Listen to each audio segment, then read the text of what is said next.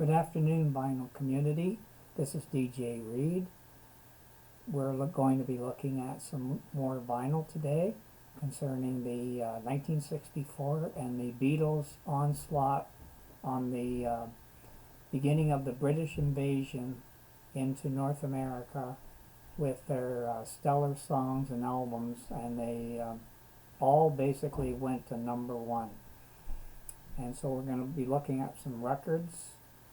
On a sad note today, the hockey world has lost a great hockey player by the name of Eddie Shack, and so we'd like to, me on behalf of everyone here, would like to give our personal condolences to the Shack family. Eddie Shack was called the Entertainer, and he lived 83 years old, and what a life he lived. He pleased the fans, the hockey fans. In the 1960s he was popular, and it was right around the time of the Beatles. When the Beatles came on, we were entertained with the Beatles songs, She Loves You and I Want to Hold Your Hand, and around that time Eddie Shack was entertaining the Toronto Maple Leaf fans, and he wore the number 23 and on his Maple Leaf jersey, and he scored a lot of goals, and most of them were very entertaining. It would just clear the track, and his entertainment on the ice became so popular that one radio station did a single, and it was called "Clear the Track, Here Comes Shack." He knocks them down and he gives them a whack, and it was on the radio, and it went to #1 on I forget what radio station, but it went to #1, and it became a gold record in Canada. So this is how popular Eddie Shack was. And in the playoffs of 1963, Eddie Shack, number 23, scored the winning goal for the Stanley Cup. Of course, the Stanley Cup is the greatest cup in sports history. Dates back, Lord Stanley got this, paid $50 for this cup to be presented to the championship teams of hockey, and then it became not just Canada but the United States, and so the Stanley Cup was powerful, and it's lived on for decades and decades. The winning Stanley Cup, and now this year there'll be a cup hopefully presented this year too, in 2020, and that's going to be an exciting year, but there's no fans. And in contrast, with 1964, we find in the Beatles days there were millions of fans around the world watching the Beatles, and then when the Beatles brought out their film, A Hard Day's Night, the fans just flocked to the movie studios, and it just sold out. The Hard Day's Night album sold over 4 million copies in the United States alone. And here's a single. This is a Canadian pressing of A Hard Day's Night.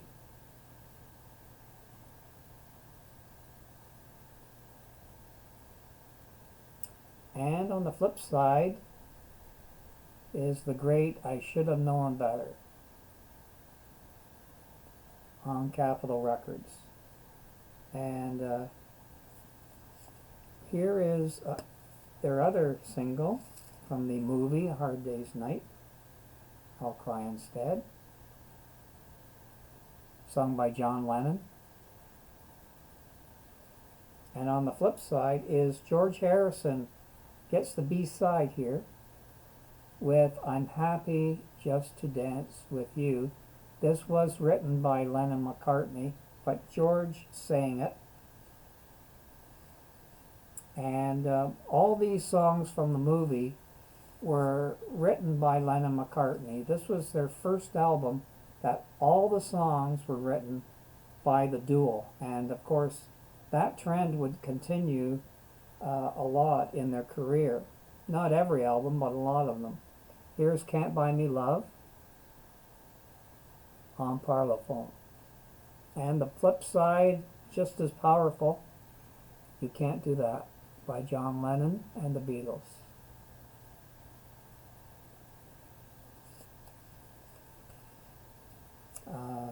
Here's another pressing. This is a,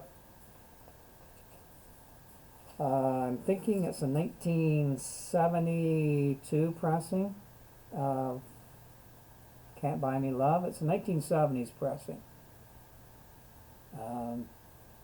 Probably, it could be RCA, but it could be Columbia too. Back then, Capitol Records in Canada did not have a Capitol Records plant to produce records, so RCA and Compo, and then eventually Columbia would do a couple of years of records too for the Beatles. Here's a beautiful Capitol's what they call Target label. The beautiful And I Love Her with George's 12-string guitar playing the main theme of the song with Paul's awesome voice. It's one of his best vocals. And on the flip side is John Lennon's. This is about as equal as And I Love Her. This ballad by John Lennon. Usually on the harmonies, Paul would help John with the high notes. The higher notes, Paul usually sings, or George, but mainly Paul. And I believe Paul does the If I Fell high note, and it's beautiful. Here's another copy of Canadian copy, probably RCA.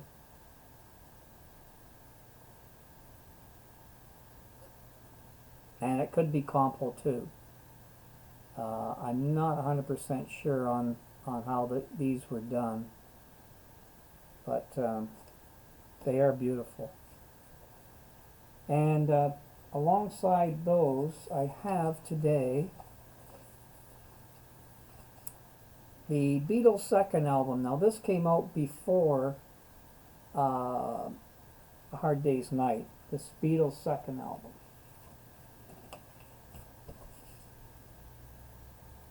Now, unlike Meet the Beatles, which sold 5 million copies, the Beatles' second album sold about 2 million copies. So it didn't sell as much as, Meet the Beatles, their first album. But it's a great album. It's regarded as one of their best rock and roll albums. There's a lot of covers on this. You see Roller Over Beethoven, You Really Got a Hold on Me, Devil in Her Heart, Money, Long Tall Sally, Please Mr. Postman. Those 5 songs are all covers. The rest of the songs are Beatles songs, like Thank You Girl, You Can't Do That is John Lennon and the Beatles, and then the great song, I'll Call Your Name. That's very rare.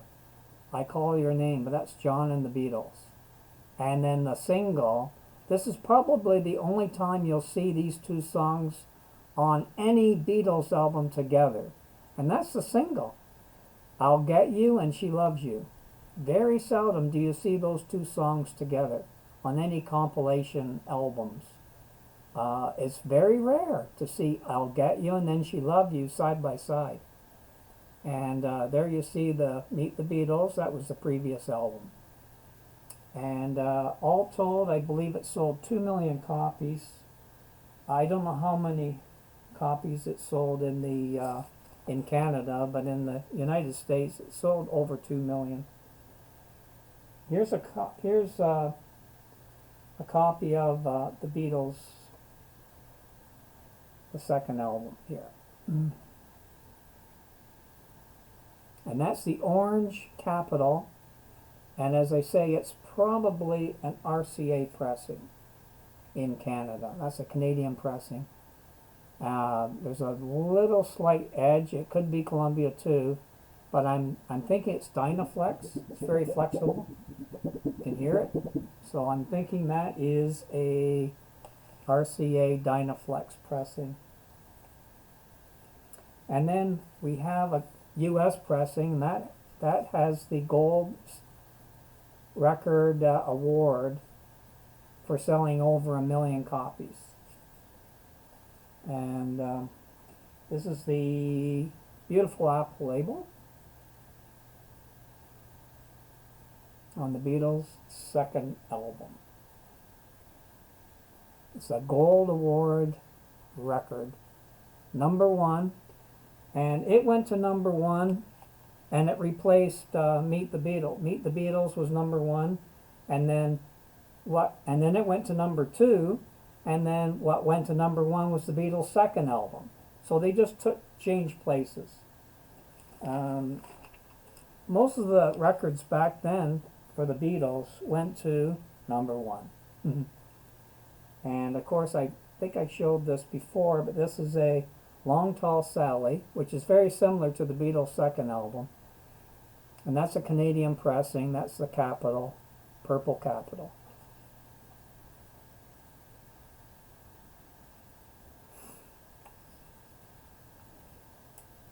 And during the Hard Day's Night, we have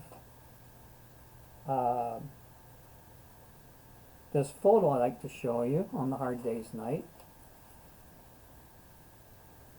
And that shows the Beatles getting their hairdos ready for the Hard Day's Night film. Okay? And there you see John Lennon on the far right, Paul McCartney, Ringo, and then George Harrison is on the left-hand side there. And above him, the other British girls I don't know, but we know the British girl that was doing George's hair, that is Pattie Boyd, and of course she would later be Mrs. George Harrison. She married George Harrison. She met George on the set of A Hard Day's Night, and here she's doing George's hair, and she'd eventually date him, and they eventually got married. And their marriage lasted the Beatle years, but when they went solo, they would eventually divorce, but they always remained friends throughout their lives.